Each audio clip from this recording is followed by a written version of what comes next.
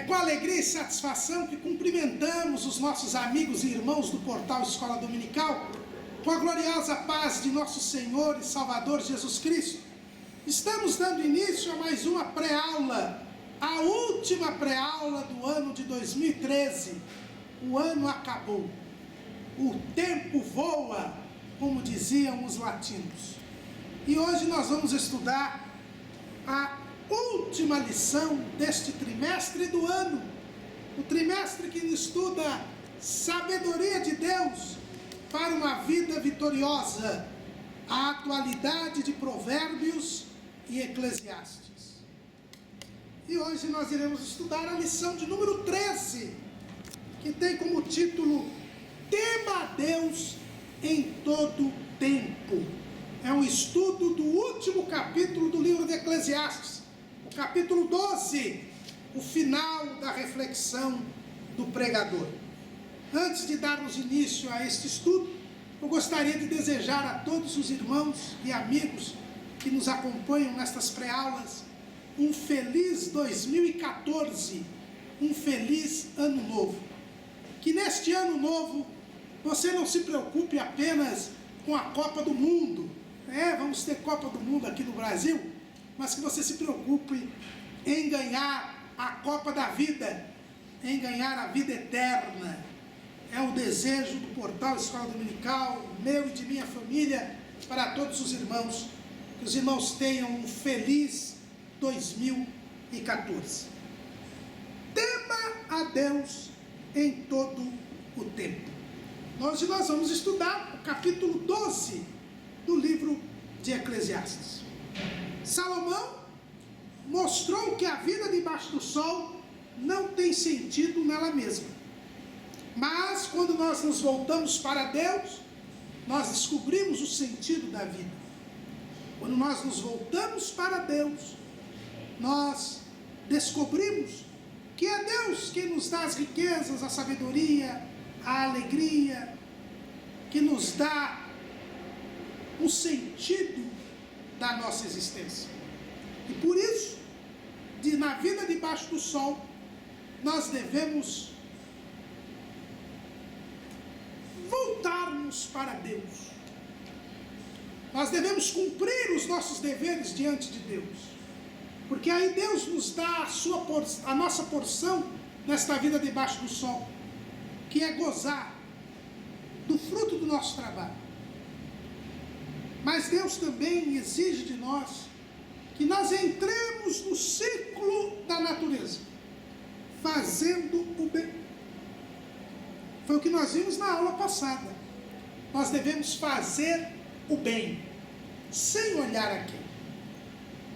E no final do capítulo 11 de Eclesiastes, Salomão se dirige aos jovens, mostrando aos jovens que a vida, mesmo quando longa, mesmo quando longeva, ela só tem sentido se nós tudo fizermos sob a perspectiva da morte. Não como a angústia de que falam os filósofos existencialistas, mas como uma realidade que nós temos de enfrentar, sabendo que a morte não é um fim em si mesma, mas é uma forma de nós chegarmos à presença do Senhor, para prestarmos conta pelo que tivermos feito nesta vida. É por isso que, no início deste capítulo 12, Salomão diz: lembra-te do teu Criador nos dias da tua mocidade, antes que venham os maus dias, e cheguem os anos dos quais venhas a dizer: não tenho neles contentamento. Nós precisamos, durante a nossa vida debaixo do sol, sempre nos lembrar que Deus existe e que está no controle de tudo. Devemos crer em Deus e crer que Ele é o galardoador daqueles que o buscam. Quando nós vivemos debaixo do sol, na perspectiva de Deus, nós não temos a angústia que dizem os filósofos existencialistas. Muito pelo contrário, nós vivemos de forma agradável a Deus. Esta lembrança de Deus, que deve estar sempre presente na nossa existência terrena, nada mais é do que uma forma de Salomão dizer que nós devemos viver por fé. Lá em 2 Coríntios, capítulo 5, versículo 7, Paulo diz: porque andamos por fé e não por vista.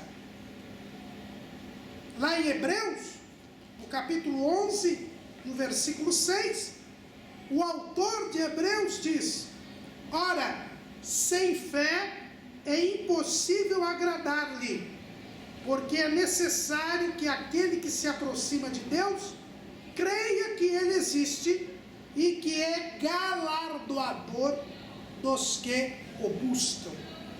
O que é andar por fé? É viver na perspectiva de Deus, na vida debaixo do sol. Na vida debaixo do sol, nós vemos as riquezas, as alegrias, o prazer, o conhecimento, as injustiças, as opressões. Nós vemos a impotência do homem diante da natureza e nós não encontramos sentido algum na vida debaixo do sol. E aí, se eu andar por vista, eu serei um depressivo, serei um inconsequente, acharei que a vida não tem sentido e viverei sem sentido, cometendo as maiores loucuras. Mas se eu viver por fé, aí a minha visão, ela passa para cima do sol, ela passa a ver algo superior. Quem ela vê? Ela vê a Deus no controle de todas as coisas. Ela me faz perceber que as riquezas, a alegria, a família, tudo isso vem de Deus, e que eu posso aqui ter uma vida alegre, agradando a este Deus, fazendo o bem, desfrutando do fruto do meu trabalho, das minhas ações, sabendo, como diz o Rabi Akiva, lá no Talmud, esse sábio talmúdico, sabendo que está preparado o banquete, de que eu estou na antessala de um mundo que há de vir, onde haverá justiça, mas no qual eu somente entrarei depois que prestar contas a este Criador. É por isso que Salomão diz: para que a vida tenha sentido debaixo do sol, eu preciso me lembrar do Criador. Eu preciso olhar além do sol, acima do sol. E aí sim, eu conseguirei ver o sentido da vida e poderei viver aqui de uma forma agradável a Deus. E portanto, diz Salomão, desde o começo, desde os dias da mocidade, eu preciso me lembrar do Criador. Por quê? Porque o Criador, Ele nos levará a juízo.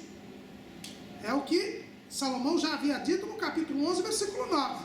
Porém que por todas estas coisas te trará Deus a juízo. E ele vai repetir isso em Eclesiastes 12 e 14. O último versículo do livro diz: porque Deus há de trazer a juízo toda obra, e até tudo que está encoberto, quer seja bom, quer seja mal. Nós vamos prestar contas a Deus. É por isso que nós não podemos deixar de, na nossa memória, a perspectiva de Deus. O que faz o inimigo das nossas almas? Hoje ele engana as pessoas, mantém as pessoas em cegueira espiritual. Por isso que Paulo diz lá em 2 Coríntios 4:4, que o Deus desse século cegou o entendimento dos incrédulos, para que eles não vejam a luz do Evangelho de Cristo. Só consegue enxergar a vida além do sol, ver a perspectiva de Deus, aquele que crê em Jesus. É por isso que Jesus disse que é necessário nascer de novo para ver o reino de Deus. Quem vê o reino de Deus, quem vê o controle de Deus sobre todas as coisas, muda a sua vida debaixo do sol, porque ele passa a viver na perspectiva do Senhor, lembrando sempre do seu Criador. Jerônimo, o tradutor da Bíblia para o latim, um dos grandes pais da igreja, Jerônimo disse, comentando este versículo 12, capítulo 12, versículo 1 de Eclesiastes: conservem sempre a memória daquele que os criou, e regrem muito bem seu comportamento na sua juventude, de modo que jamais percam a lembrança da morte, que deve ser o termo de sua vida e de todas as suas ações. Façam isso enquanto estão na liberdade de fazê-las, e se previnam dos tempos difíceis, onde as suas alegrias se tornarão em tristezas. Nós nunca podemos perder de vista a presença de Deus. Nós temos que nos lembrar que Deus está conosco, que Deus está nos vendo, e que Ele tem o controle de todas as coisas. Como eu dizia, qual é a armadilha do inimigo nos nossos dias? A armadilha do inimigo nos nossos dias é fazer com que as pessoas se esqueçam que Deus existe, ou achem que se Deus existe, não interfere na nossa vida debaixo do sol. E é isso que eu tento incutir na mente dos nossos jovens hoje. Hoje nas escolas, nas universidades, na mídia, se está pregando que Deus não existe. Os ateus aí estão mostrando que Deus não existe, que Deus é um delírio. E muitos dos nossos jovens e adolescentes, por falta de uma profundidade doutrinária e de uma experiência com Deus, por falha dos pais e da igreja, se desviam quando chegam às universidades, ou mesmo nas escolas do ensino médio e do ensino fundamental. Por quê? Porque passam a achar que Deus não existe. E se Deus não existe, tudo é permitido. Já dizia Dostoiévski, um grande escritor russo. Passam a ter uma vida inconsequente, a fazer o mal.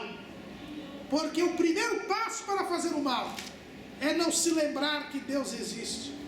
Lá no Salmo 14, Davi diz: disse o nécio no seu coração, não há Deus.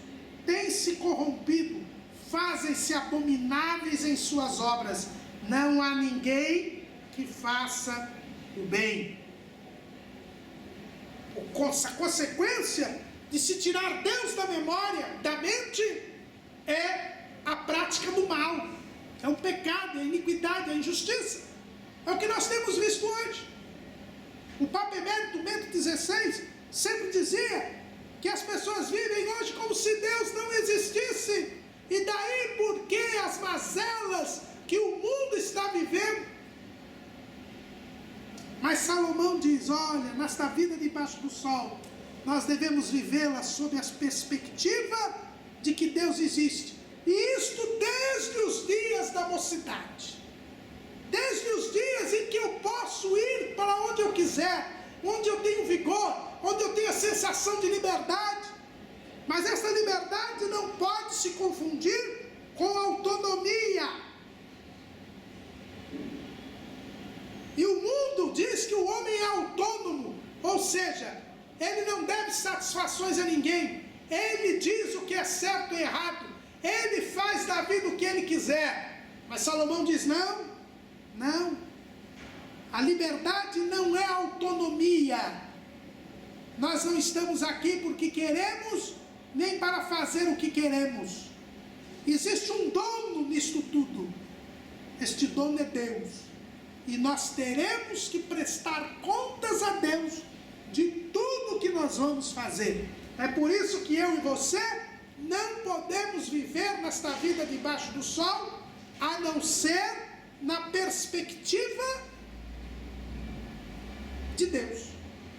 A não ser tendo na mente Deus. Quando nós temos na mente Deus, quando nós nos lembramos do nosso Criador, nós não pecamos, nós fazemos o bem e procuramos agradá-lo. Esta é a realidade da vida debaixo do sol. E isso deve ser construído desde a mocidade. Mas além dos pregadores ateus, da doutrina ateia, nós temos também o chamado ateísmo prático. Esse é muito mais perigoso. São as pessoas que falam em Deus, dizem que creem em Deus, mas vivem como se Deus não existisse. E neste grupo estão muitos que se dizem crentes, que se dizem cristãos, porque eles vão à igreja, eles oram, eles leem a Bíblia, mas não fazem nada do que Deus quer. Vivem como se Deus não existisse, distorcem a Bíblia, dizem que o texto da Bíblia não é para aquele tempo, e fazem o que querem, o que bem entendem. Pegam da doutrina cristã ou da igreja aquilo que lhes convém. Eles vivem como se Deus não existisse. Eles também não estão se lembrando do seu Criador. Nas suas atitudes, negam o que dizem crer. Paulo falou sobre esse tipo de gente, não é? Lá em 1 Timóteo, capítulo 4, no versículo, aliás, acho que é 2 Timóteo, desculpa, 2 Timóteo, capítulo 3, versículo 5, tendo a aparência de piedade, mas negando a eficácia dela, destes afasta-te. São pessoas que só aparentemente se lembram de Deus, porque se realmente tivessem Deus na mente e na memória, não fariam o que estão fazendo. Lembrar de Deus é viver de tal modo que toda atitude deve ser tomada levando em conta a existência da presença de Deus.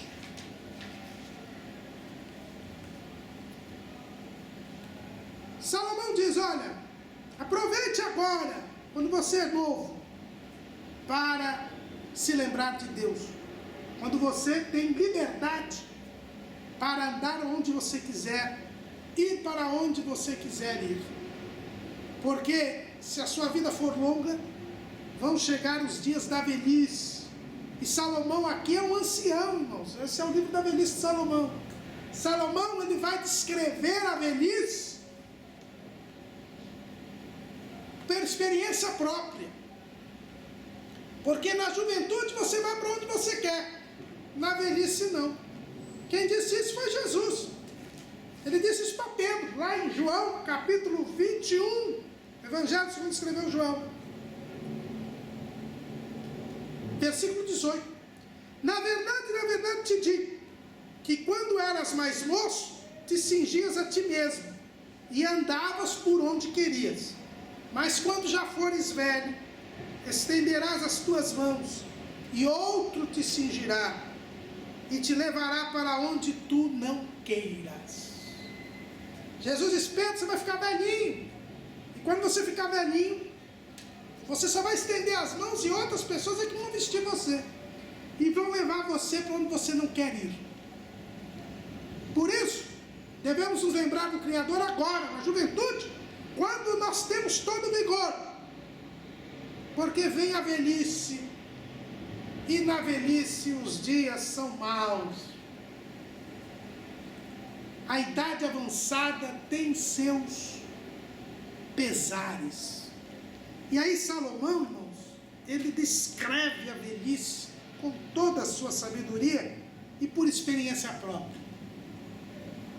Dos versículos 2 até o versículo 7, ele vai descrever a velhice. O que é a velhice? É os dias em que escurece o sol, a lua e as estrelas. O que quer dizer isso? É o tempo em que há um escurecimento. Aí os intérpretes entendem que é a perda da capacidade intelectual. Lembra que eu falei que o Deus desse século cegou o entendimento dos incrédulos? Então na velhice, você escurece o sol, a luz e as estrelas. Ou seja, você perde a memória, você perde a capacidade de aprendizado. Aí as coisas ficam mais difíceis para você poder fazer o bem. Na velhice, eu tenho uma perda de capacidade intelectual. Quantos irmãos na terceira idade ficam caducos, esquecidos? Jerônimo interpretou, inclusive, esta passagem como sendo o tempo do juízo. Porque lá em Mateus 24, Jesus disse que quando vier a grande tribulação, quando vier o juízo de Deus sobre a terra, o sol escurecerá, haverá trevas. E ele diz: aproveite para fazer o bem quando há tempo. Jesus disse: trabalhe enquanto é dia, porque a noite vem quando ninguém mais pode trabalhar. Façamos o bem, agrademos a Deus enquanto temos forças, porque nos dias da velhice isto pode não existir mais. Quantos idosos que nada fizeram para Jesus agora estão em cima de uma cama pedindo a Deus misericórdia para ter saúde de novo, para então trabalhar para Jesus? Por que não trabalhou antes? Vamos lembrar do Criador e procurar agradá-lo agora, porque pode vir o dia da perda da capacidade intelectual, quando você não pode fazê-lo mais. Mas é também o tempo em que tornem a vir as nuvens depois da chuva. E aqui nós temos Matthew Henry, e nós temos aqui pegado aqui o comentário de Matthew Henry, esse grande comentarista bíblico. Temos pegado aqui o seu comentário desse capítulo 12 de Eclesiastes. Ele interpreta o tornar das nuvens após a chuva como contínuo sofrimento com dores e enfermidades. O que quer dizer isso? Quer dizer o seguinte: quando chove, depois vem a nuvem e traz mais chuva. Aquilo que está molhado, molha ainda mais. E Matthew Henry diz que é próprio da velhice sair água por todo lado, né? São os humores que diziam os médicos da antiguidade. É uma ferida aqui que não cicatriza por causa da diabetes, o osso que não cola, as infecções que vêm com muita frequência, as enfermidades vêm, as dores vêm com muita frequência, as nuvens tornam a vir depois da chuva, e por causa da fragilidade física, por causa das enfermidades, das doenças, já não se tem muito tempo, nem condições de agradar a Deus. Só pedir misericórdia a Deus, só pedir a cura divina, é difícil. Por isso, seja agradável a Deus agora. Mas também diz Salomão que nos dias da velhice é o dia em que tremem os guardas da casa. Sabe o que é o tremer dos guardas da casa? É treme-treme. É normal no idoso ele já não ter firmeza nas mãos, nos braços, já não ter firmeza na tomada de decisões. Por isso é bom agradar a Deus enquanto se tem vigor, porque na velhice já vai ser difícil tomar decisões. O corpo será trêmulo, os braços, as mãos, não há força. Mas nos dias da velhice também são os dias em que os homens fortes se curvam. O esqueleto já não aguenta mais o corpo.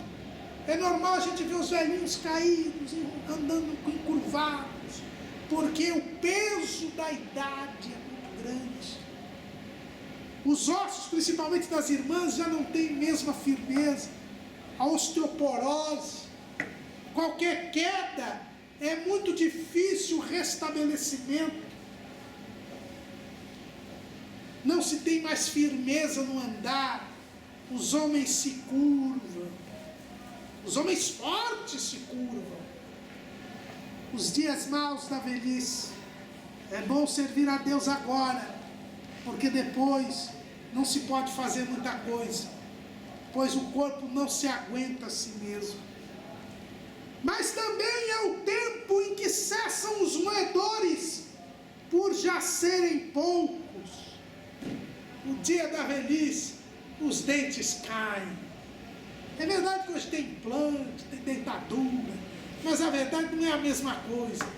É o tempo em que o dente cai, já não se pode mais moer, não se pode comer muita coisa, vai ter que comer papinha, já não pode comer aquela picanha, não é? Já não tem mais força, a alimentação já é deficiente. O tempo da velhice é o tempo em que cessam os moedores por serem poucos. Mas também é o tempo em que se escurecem os que olham pelas janelas. A vista já não enxerga muito bem. Tem óculos, mas nem com óculos. A velhice chega e você já não consegue enxergar bem. Mesmo que você seja um homem de Deus, você não enxerga bem.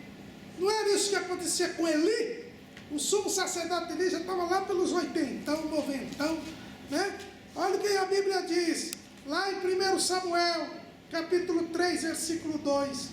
E sucedeu naquele dia que, estando Eli deitado no seu lugar, e os seus olhos se começavam já a escurecer, que não podia ver. Olha a situação do Eli, ele já não enxergava bem.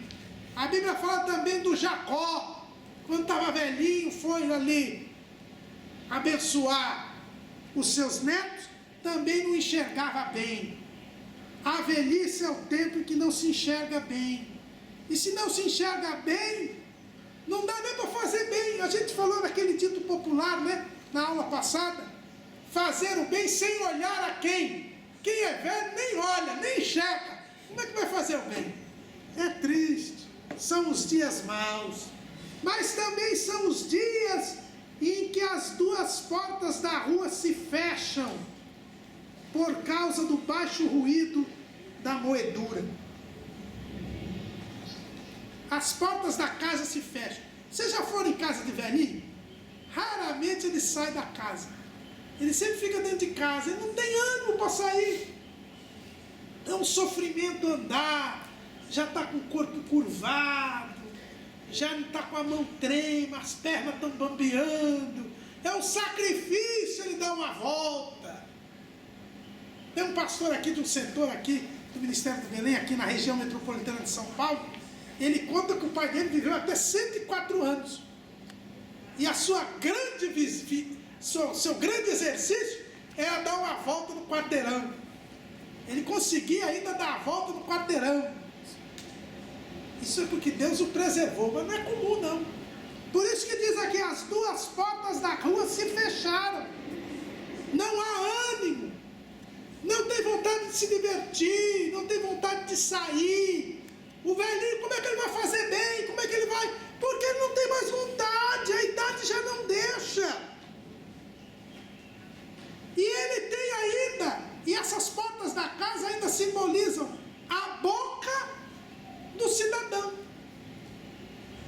Velhinho não tem mais ânimo para conversar.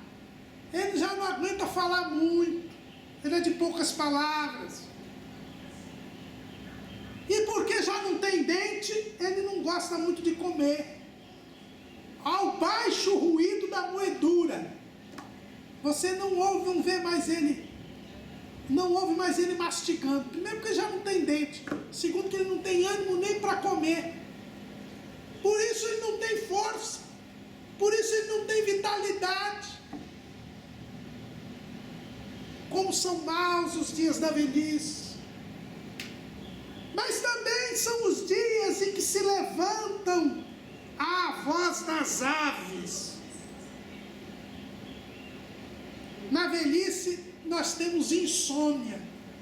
Velhinho, ele tem sono leve, ele acorda muito cedo, ele não dorme muito, por isso ele se cansa mais rapidamente, porque ele não dorme bem, ele não se recompõe. Os dias da velhice são dias de insônia, mas também são os dias em que todas as vozes do canto se baixam, ou seja, ele não ouve bem mais, todas as vozes para ele são baixas, ele não está ouvindo bem. Houve uma propaganda um tempo na televisão, uma propaganda de um velhinho que economizou muito tempo para comprar uma televisão, e depois que eles conseguem dinheiro para comprar a televisão, o velhinho já não ouvia nada. A velhinha chegou para ele e falou: velhinho, eu consegui comprar a televisão. Ele já não estava ouvindo. Por quê? Porque o dia da velhice são os dias em que a voz do canto se baixa. Mas também os dias da velhice são os dias em que se teme o que está no alto. O velhinho, o idoso, ele tem medo de ir a lugares altos, seja porque ele tem dificuldade de se locomover até lá, seja pela própria saúde dele. Ele tem medo do que vem do alto, ele passa a ser temeroso, ele está inibido nas suas ações. Por isso eu preciso lembrar do Criador desde os dias da mocidade, porque na velhice as minhas ações serão muito poucas, eu terei muito pouco para agradar a Deus. Mas também a velhice são os dias dos espantos no caminho. O idoso, ele tem medo de tudo e de todos, ele sabe que é frágil, que ele é um alvo certo dos bandidos, principalmente nas grandes cidades, pois os velhinhos têm medo de receber a aposentadoria por causa da saidinha de banco. Eles têm medo de andar na rua, com medo de serem assaltados mais do que os outros. Por quê? Porque eles são alvos preferenciais dos ladrões, porque são mais frágeis. Eles sentem a proximidade da morte, eles se sentem frágeis. Por isso eles têm espantos no caminho. É também o dia em que floresce a amendoeira. E aqui se fala dos cabelos brancos, das cãs. É um sinal de honra as cãs. A Bíblia diz que as cãs são um sinal de honra. Você ter cabelo branco é uma prova de sua experiência. E as cãs dão origem à honra, desde que elas estejam no caminho da justiça, no caminho do Senhor, porque os canalhas também envelhecem. A amendoeira, que é a primeira árvore que floresce na primavera em Israel, as suas flores são brancas. É por isso que quando se fala que florescer a amendoeira, se fala das cãs. Mas também é o tempo em que o gafanhoto for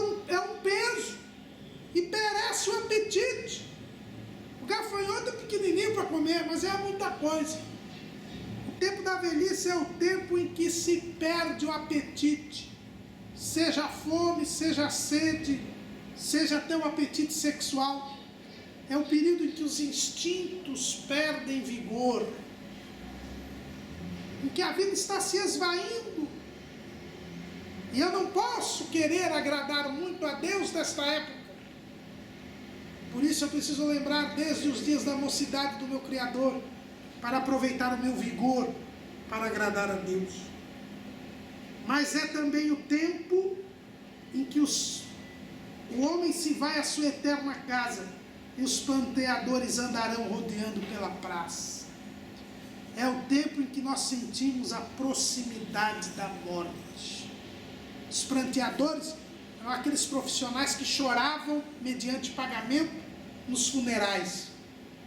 Salomão diz que o velho sente que os pranteadores estão rodeando pela praça. O velho, mais do que ninguém, sente a proximidade da morte. Eu sei que pode morrer criança, jovem, adolescente e velho. Mas o velho, ele tem a morte muito próxima. Mas é tão ruim ser velho assim, meu caramuru. Tem tanto mal que eu quero morrer novo. Mas aí Salomão mostra que a velhice, apesar de todos estes dissabores, de todas estas desvantagens, ela tem um grande valor. E é por isso que nós devemos honrar os mais velhos, pelo grande valor que a velhice nos traz, e que traz primeiro para o velho. Qual é o grande valor da velhice, meu caramuru? É exatamente este sentimento da proximidade da morte. Porque quando o velho sente a proximidade da morte, quando ele sente todos estes dissabores, ele percebe que o vigor da juventude era vaidade. É por isso que Salomão diz que a adolescência e a juventude são vaidade. E quando o jovem está na flor da idade, vai para onde quer, corre, pula, tem muita fome, muita sede, muito apetite sexual. Enquanto ele morde tudo, come aquela picanha, come aquela buchada, e não faz mal nenhum, porque dorme bastante, acorda, tem alegria de viver, faz esporte radical, porque tem firmeza no corpo, seu corpo atlético, corpo sarado, é bonito, ouve bem, enxerga longe. Ele pode ser enganado por esta vida. Ele acha que é o tal, ele acha que é o cara, mas quando ele envelhece, quando ele perde os dentes, quando ele perde a visão, quando ele perde a audição, quando ele perde a capacidade intelectual, quando ele perde a firmeza nos braços, quando ele perde o ânimo, quando ele perde o apetite, ele descobre que tudo nesta vida é passageiro. E ele sente a morte perto. Aí é a hora que ele percebe que a vida é vaidade, que a única coisa que vale a pena na vida é temer a Deus, é servir a Deus, que a única coisa que fica nesta vida é aquilo que eu fiz para agradar a Deus, são as minhas obras, é aquilo que João escreveu lá no Apocalipse, em revelação, que Deus lhe deu, lá em Apocalipse 14:13, e ouvi uma voz do céu que me dizia: escreve, bem-aventurados os mortos que desde agora morrem no Senhor. Sim, diz os Espíritos, para que descansem dos seus trabalhos e as suas obras o sigam. O idoso, ele sente na própria pele que a única coisa que nós levamos desta vida são as nossas obras. ele vê que todo o seu vigor, toda a sua força física que ele tinha na juventude, desapareceu como vapor. É vaidade.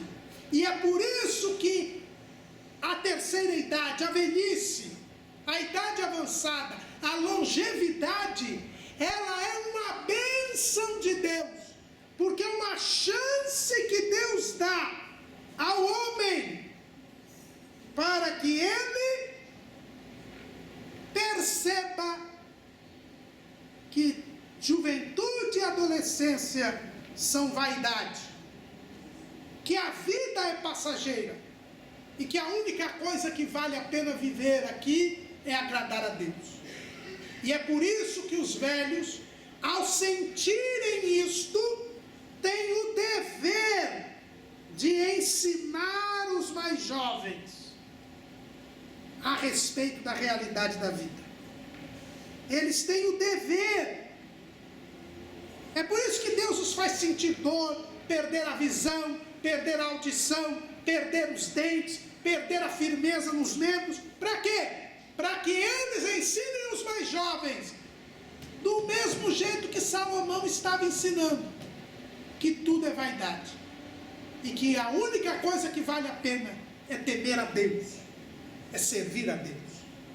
Por isso que é bela a terceira idade.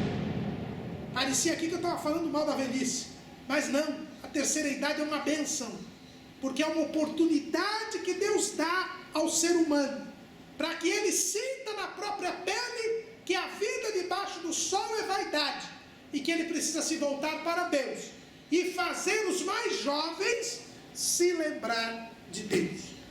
Idoso, meu irmão idoso, minha irmã idosa, você está aí, talvez reclamando da dor nas pernas, do reumatismo, talvez reclamando de não estar ouvindo bem, até aumentou mais computador aí, para poder me ouvir melhor. Não fique se lamentando.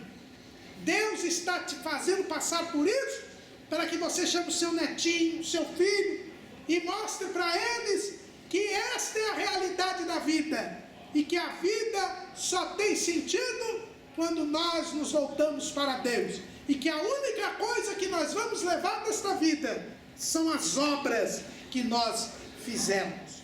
O objetivo que Deus nos dá de uma vida longa é para dar chance de salvação para nós, para o próprio velho, para aquele que estava iludido na juventude, se voltar para Deus agora, e para ensinar os mais velhos.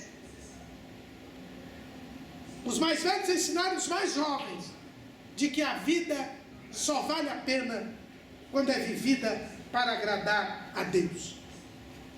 E você deve fazer isso antes que se quebre a cadeia de prata, e se despedace o copo de ouro, e se despedace o cântaro junto à fonte, e se despedace a roda junto ao poço, e o pó volte à terra como era, e o espírito volte a Deus que o deu. É uma oportunidade que Deus está te dando, meu irmão, na terceira idade, antes da morte. Por quê? Quebrar a cadeia de prata, despedaçar o copo de ouro, despedaçar o cântaro junto à fonte, despedaçar a roda junto ao poço, é a morte. Todas essas expressões aqui dizem respeito à morte. A morte não é o fim de todo. Porque o que diz aqui Salomão? Antes que se quebre a cadeia de prata. A prata não deixa de existir, apenas se quebra a cadeia, a ligação. Ou seja, a morte é a separação do corpo e da alma e do espírito, do homem exterior que vai para a terra e do homem interior que vai à presença de Deus. A morte não é o fim das coisas, é o fim da vida debaixo do sol. Mas existe uma vida para além. Há apenas a separação. Se despedaça o copo de ouro, mas o ouro não ser destruído. Se despedaça o cântaro junto à fonte, a água sai de dentro do cântaro, mas não acaba a água nem o canto. A roda junto ao poço quebra, mas o poço não deixa de existir. A vida continua depois da morte. Não mais a vida debaixo do sol. A morte não é um fim em si mesmo. Por isso, idoso, não tema a morte, desde que você esteja agradando a Deus.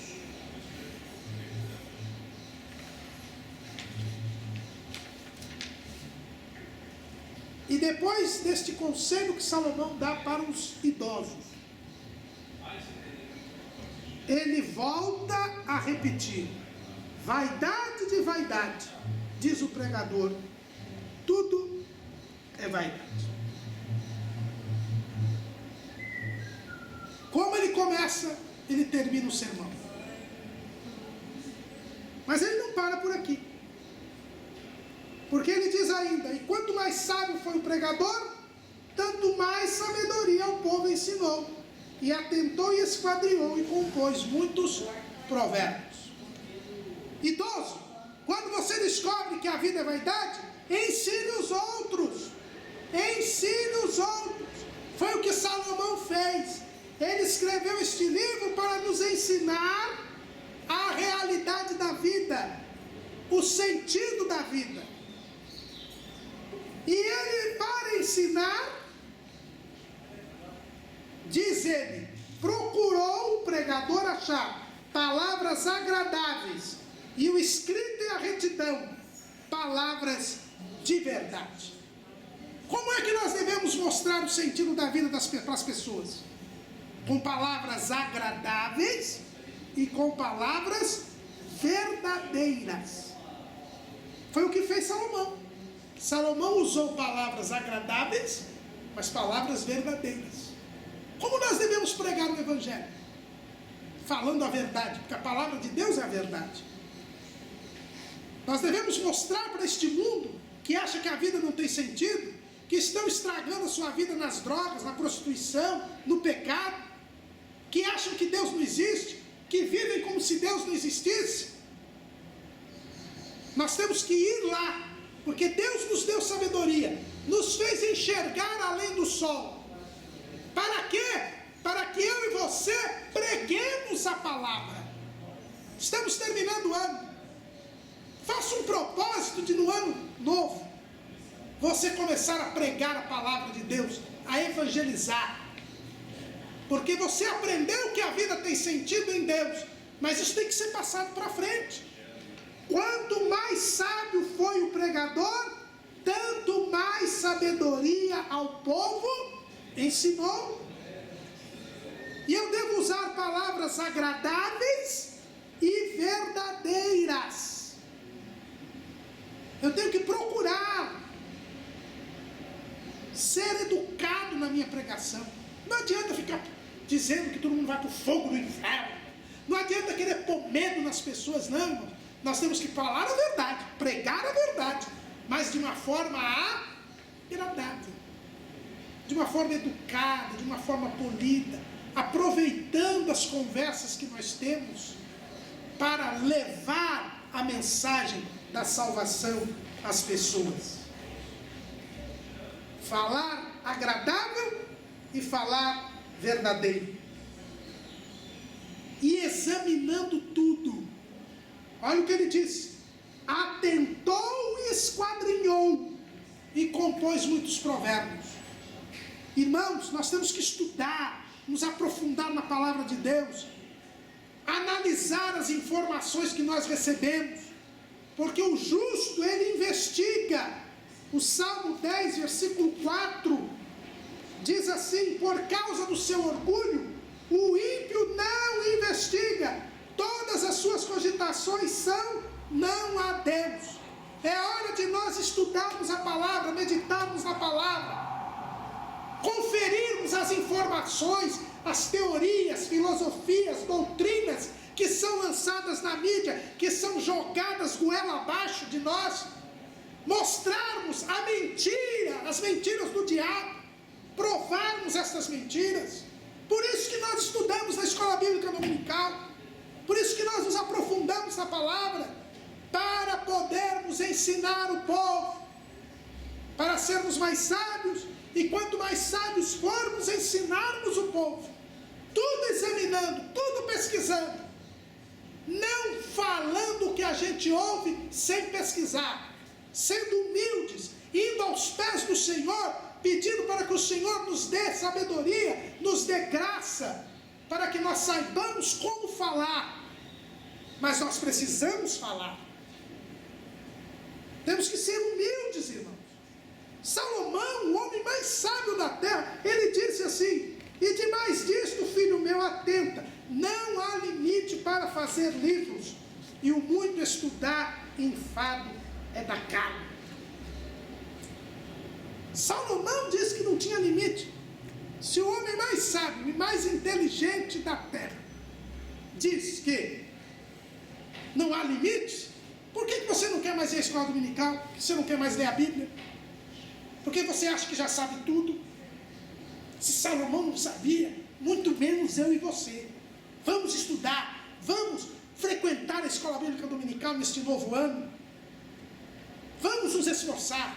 Nós precisamos saber mais para ensinar mais. E não há limite para o saber, principalmente das coisas de Deus. Sejamos humildes, porque o papel do mestre é esse. As palavras dos sábios são como aguilhões e como pregos bem fixados pelos mestres das congregações, que nos foram dadas pelo único pastor. O ensino é tarefa do mestre. As palavras dos sábios têm que ser como aguilhões, como pregos, porque elas foram dadas pelo único pastor, não são nossas. Elas têm que ser ditas, elas têm que ter faladas. E aí, eu gostaria de ler aqui o que Jerônimo fala sobre esta passagem. O seu comentário, irmãos, é extremamente atual. Nem parece que ele escreveu no século IV. Uma outra observação que se deve fazer é que as palavras dos sábios jamais são bajuladoras, mas ao contrário, são picantes como pontas e aguilhões. Fazem as feridas salutares que levam os pecadores a deixar o vício e a fazer penitência. Elas não adulam as pessoas do mundo que estão engajadas no pecado. Elas não alimentam seus desregramentos e indolência. Pelo contrário, elas lhes inspiram o desejo de uma conversão sincera e lhe causam a dor de um arrependimento que é segundo Deus e que lhes fere para o sarar. Se então a palavra de um ministro do Evangelho não pica o coração desta maneira, ele não merece ser posto no lugar dos sábios. Falar apenas para agradar e divertir os ouvintes não é coisa digna da palavra de Deus e das verdades que se anunciam entre os fiéis, pois as palavras dos verdadeiros sábios devem ter ponta como os aguilhões e se encravarem profundamente no coração para furá-los com o receio dos julgamentos de Deus. Foi assim que Saulo, antes de ser chamado de Paulo, foi santamente furado quando estava indo para Damasco. Pelo menos creio que o sentido das palavras seguintes parecem nos persuadir disso. Duro é para ti recalcitrar contra os teus aguilhões. Jerônimo já dizia que o pregador da palavra de Deus, ele tem que ferir a plateia. Não ferir para matar, mas ferir para sarar. Como aquele cirurgião que corta o doente para tirar o tumor, para tirar aquilo que está gerando a morte nas pessoas. É isto que Salomão está dizendo. A palavra do sábio, a palavra tem que ser verdadeira. Nós temos que transformar as pessoas com o nosso ensino. A palavra de Deus, ela dá vida. Jesus disse: quem crê em mim passou da morte para a vida. Pregar para ganhar dinheiro, agradando a plateia, massageando o ego da plateia. Isto não é a palavra do sábio. Isto não é o que Deus quer que nós falamos. Nós temos que mostrar que a vida tem sentido, só quando nós nos voltamos para Deus. Nós temos que mostrar que esta vida debaixo do sol só vale a pena ser vivida quando nós queremos e devemos agradar a Deus. Mas tem muito pregador hoje que só quer massagear o ego das pessoas para ganhar dinheiro. Mas o dinheiro que ele vai ganhar não faz sentido, não dá sentido para a vida. E a emoção que ele transmite, a sensação de bem-estar, o prazer que ele transmite, também não faz sentido, é vaidade. Mas quando nós pregamos a palavra de Deus, ela sim, de forma agradável, polida, educada, mas verdadeira, ela é um aguilhão, ela fere. E é por isso que Salomão diz que o resumo de tudo que ele escreveu é o seguinte: teme a Deus e guarda os seus mandamentos, porque este é o dever de todo homem. Porque Deus há de trazer a juízo toda obra, e até tudo que está encoberto, quer seja bom, quer seja mal. Esta vida que Deus nos dá não é nossa, é dele. Nós teremos que prestar contas diante dele. A vida debaixo do sol só tem sentido quando nós obedecemos a Deus e honramos a Deus e cumprimos os seus mandamentos, fazemos a sua vontade. Aí a vida tem sentido, e aí ela continuará para além do sol. Como diz Jerônimo, e eu quero encerrar este ano citando o comentário de Jerônimo a respeito desses 2 últimos versículos do livro de Eclesiastes, nesse seu livro Obras Morais, que é um comentário do livro de Eclesiastes. O homem somente vem ao mundo para viver sobre a terra, para conhecer o seu Criador e o honrar todos os dias de sua vida, no temor de sua grandeza e de seu poder, e para o culto que é exigível que nós lhe rendamos, guardando suas santas leis e seus preceitos. Acrescente-se que nós temos uma nova obrigação de praticar os mandamentos de Deus, porque virá o tempo em que nós seremos levados a seu julgamento e teremos de dar conta de todas as nossas ações, boas ou más, e receber aquilo que merecemos. Que a sentença do juiz permaneça muito tempo incerta ou suspensa, e que nesta situação nos engajemos a trabalhar seriamente para que ela nos seja favorável, a fim de não sermos envolvidos na condenação dos pecadores e dos ímpios.